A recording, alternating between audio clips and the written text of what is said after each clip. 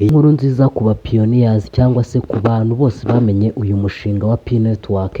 Hari abantu benshi cyane bagiye babwirwa yuko Pi Network ari amafaranga bakanga kumva, bakanga kwaka amalinki abantu bazibamo ngo babasharinga amalinki, ariko uyu munsi wa none nakubwira wowe wamaje kuba wamenya uyu mushinga wa Pi Network, tangira urambagize ibibanza ushake nageraniwe niba utari wakora ibi bintu ngiye kuba nakwereka ahangaha muri Pi Network.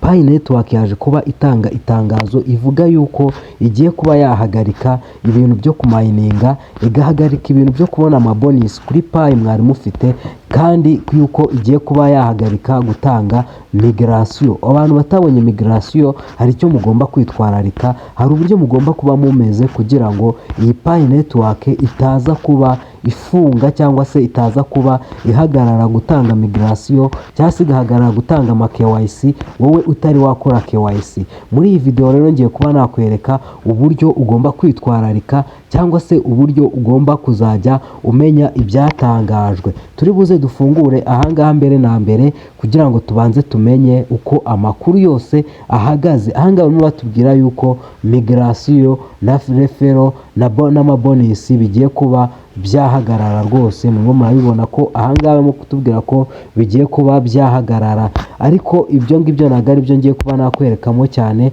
ahangaha muri ino Pi Network. Ahubwo ikintu ntabwo ngiye kukwereka yuko kuva batanze itangazo yuko bagiye kuba bahagarika kwinjizamo abantu, bagahagarika gutanga migration, kandi bakanahagarika ibintu byose byatumaga Pi Network igomeza kuba yaba irimo gukora. Ndagira ngo nkwereke ibintu ugomba gukora mbere na mbere kugira ngo ubanze ube uzifite umutekano kuri Pi zawe wamayininze, cyangwa se uba ufite umutekano kuri account yawe ya Pi Network.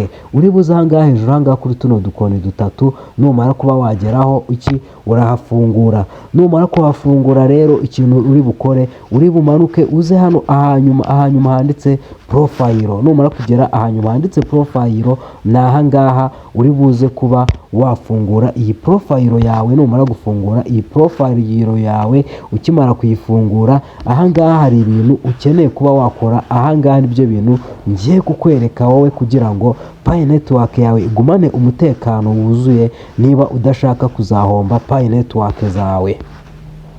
Ahangaha rero ahangaha tugiye guhera ahangaha barakubwira ati niba ushaka umutekano wa Pi Network yawe, kuba ufite Pi Network yawe ikaba wizeye yuko bukore ibi ngibi, uraza ukora ibi. Uraza ufate ino phone number ugira ute uyiverifying, cyangwa se ube wanayihindura ushyiremo inshyashya uraba wumva ushaka kuba wakoresha yindi nshyashya. Ariko nkwibutse yuko niwibeshya ugaba wahindura nimero ya telefone yawe washyizemo hano, nuhindura nimero ya telefone yawe washyizemo hano, cyangwa se ukaba wagira ute ukaba waba uyikinisha wenda ushaka gushyiramo indi ya kabiri, biri buze kugusaba gukora icyo bita liveness.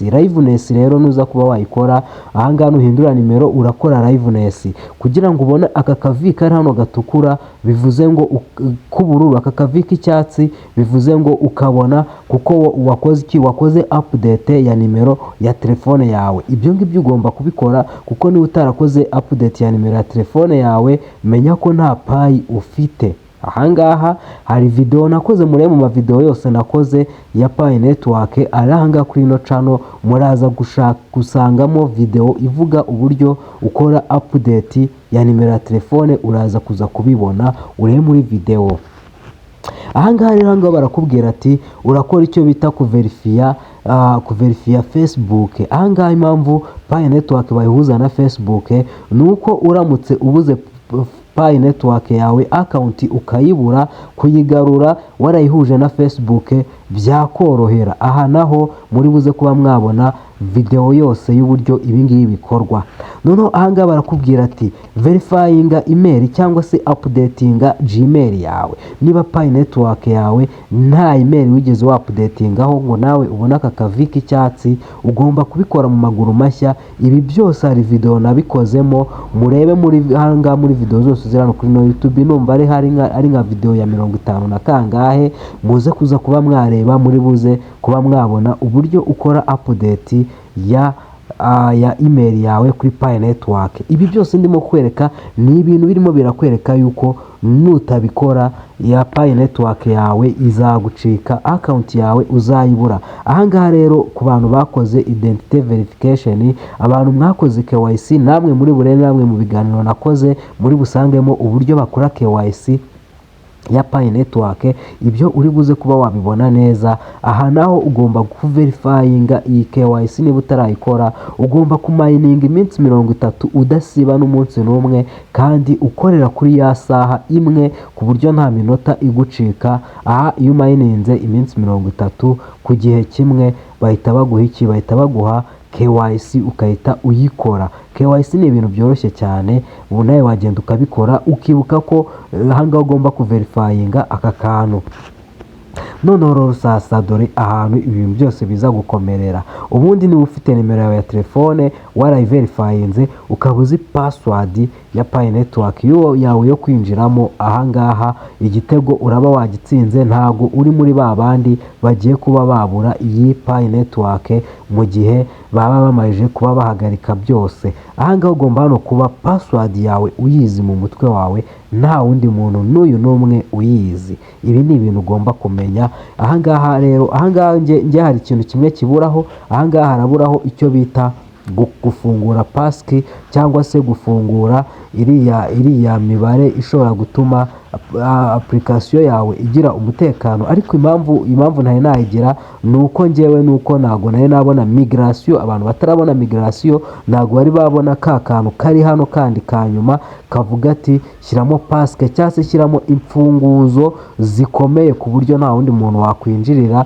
muhehe wakwinjirira muri Pi Network yawe. Ariko ahangaha impamvu nyine katariho nuko nta migration, nge nta migration mfite. Nawe niba udafite migration, aka kantu kaza ahangaha ko gukora verified, ko kuverifyinga passkey cyangwa se imfunguzo zikomeye ku buryo nta wundi muntu wakwinjira muri account yawe, abantu mudafite migration ntago kari kazamo. Ariko abantu bafite migration kajemo, kamaje kuba kazamo. Video yako nayo tuzayikora, murebe uburyo bashyiramo hano passkey.